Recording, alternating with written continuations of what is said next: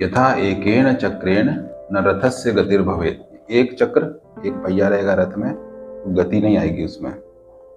एव परुषकारेण बिना दैवम न सिद्ध्यति।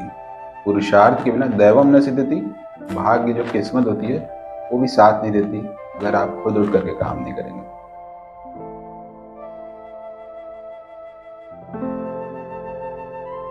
तो अगर आपकी कोई प्रॉब्लम है तो आपको सॉल्व करने के लिए उसको उठना पड़ेगा, तब जाके आपकी प्रॉब्लम सॉल्व है। सिर्फ अगर आपकी किस्मत बहुत अच्छी भी है तो भी अगर आप घर में ही बैठे रहेंगे तो किस्मत कभी आपका साथ नहीं देगी। पुरुषार्थ करना पड़ेगा उसको, है ना?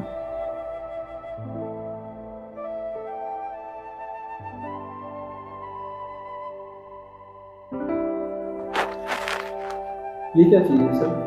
ये जर्नल है, व्हाट्स न्यू नाम है इसका, मतलब कि नया क्या है स्किन में और हेयर में, व्हाट्स न्यू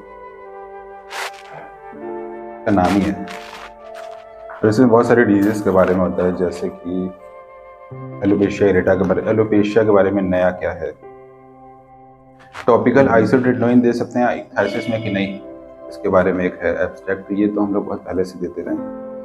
फिर एक ये है कि स्टेटिन कोलेस्ट्रॉल ट्रीटमेंट पोरोकेराटोसिस में काम करेगा। पोरोकेराटोसिस में ब्लैक कलर के सर्कल सर्कल स्पॉट्स होते हैं फेस पे। तो एक बार एक लड़की थी पेशेंट, तो हमने से कहा कि इसको हम लोग लेज़र से रिमूव कर देंगे, और फिर फीस जमा हो गई। फिर हमने करना शुरू किया, हमने देखा कि ये तो जा नहीं रहा है, बहुत डीप था। तो हमने से कहा कि देखो ये ठीक नहीं हो पाएगा और फीस तुम्हारी वापस करें। तो वो खुश हो गई, हम दुखी थे कि नहीं ठीक हो पाएगा, वो खुश हो गई कि डॉक्टर साहब आपने फीस वापस कर दी, थैंक यू। और हमने कहा कि ये ठीक नहीं हो रहा है तो सैड होना चाहिए उसको। पोरोकेराटिस ऐसी चीज़ है जो ठीक नहीं होती है, और ये स्पॉट्स जो है वो ब्लैक कलर के होते हैं, देखने में बहुत ख़राब लगते हैं, महीनों सालों तक रहते हैं। उसके बारे में यह है कि स्टेटिन कोलेस्ट्रॉल ट्रीटमेंट अगर करें तो क्या ये ठीक हो सकता है। तो ये नया एब्स्ट्रैक्ट।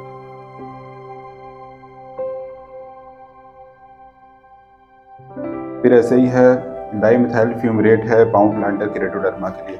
तो हम लोग इसके लिए कुछ स्पेशल ट्रीटमेंट करते हैं जिससे जो जमी हुई थिक लेयर्स हैं वो हट जाएं, तो हाथ आपका साफ हो जाए। बहुत सारे वीडियोस भी डाले हैं यूट्यूब पे हमने इसके बारे। ऐसे एक आर्टिकल है allergic contact dermatitis due to topical ophthalmic medications. जो आई ड्रॉप्स डालते हैं बहुत से लोग, उनको यहाँ एलर्जी शुरू हो जाती है, पेरिऑर्बिटल डर्मेटाइटिस कहते हैं, और कुछ लोगों को डार्क सर्किल भी आता है आई ड्रॉप्स की वजह से।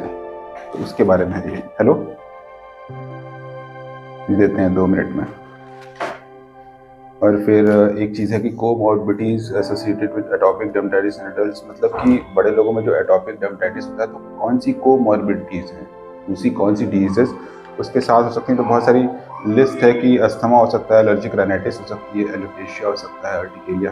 ऑटो इम्यून डिजीजेस का आपस में एसोसिएशन होता है, मतलब कि एक ऑटो इम्यूनिटी की प्रॉब्लम है, हो सकता है कि दूसरी भी उसी से रिलेटेड हो, 2 बीमारियों के सिम्टम्स आपके हो, इसके बारे में है।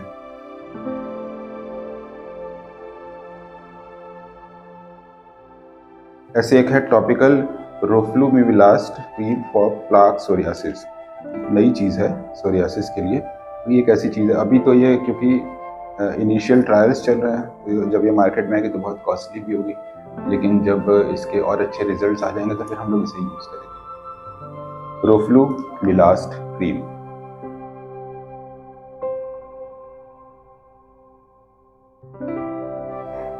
फिर एक है topical ivermectin metronidazole for erythematotelangiectatic rosacea. Rosacea में रेडनेस भी आती है, बहुत इरिथमा है और कुछ नसें दिख रही हैं, उसको कहते हैं टेलेंजिएक्टेसिया। तो इसको ठीक करने के लिए क्या हम आइवरमेक्टिन और मेट्रोनिडोल यूज़ कर सकते हैं? तो ये तो हम लोग बहुत पहले से यूज़ कर रहे हैं। मेट्रोनिडोल की जेल भी आती हैं, टैबलेट्स भी आती हैं, और आइवरमेक्टिन के भी क्रीम आते हैं और टैबलेट्स भी आती हैं।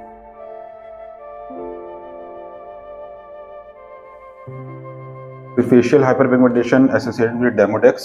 डेमोडेक्स एक तरह का माइट होता है छोटा सा, जो स्किन में रहता है, फेस में रहता है, तो माइक्रोस्कोपिक टेस्ट में मिलता है, कभी कभी नहीं भी मिलता है।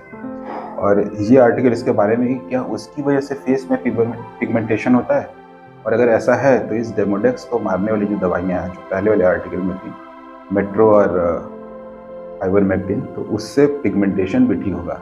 है ये एंटीबायोटिक, तो कुछ एंटीबायोटिक या एंटी पैरासिटिक मेडिसिन हैं वो फेस का पिगमेंटेशन ठीक कर सकती हैं।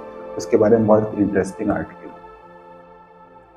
और फिर एक है टॉपिकल क्रीसाबोरोल फॉर विटिलिगो। या क्रीसाबोरोल जो है वो नई क्रीम आएगी सफ़ेद दाग की। तो इस तरह से बहुत सारे आर्टिकल्स हैं बहुत सारी डिजीज़ के बारे में, नई मेडिसिन के बारे में, कुछ पुरानी बीमारियां हैं तो उसके साइड इफ़ेक्ट्स, दवाइयों के साइड इफ़ेक्ट्स के बारे में। रुक्सोलिटिनिब जो है वो आ गई है मार्केट में, अभी इंडियन मार्केट में नहीं आई है और बहुत कॉस्टली है, तो अभी अगर आपको यूज़ करना हो तो इसको इम्पोर्ट करना पड़ेगा यूएसए से।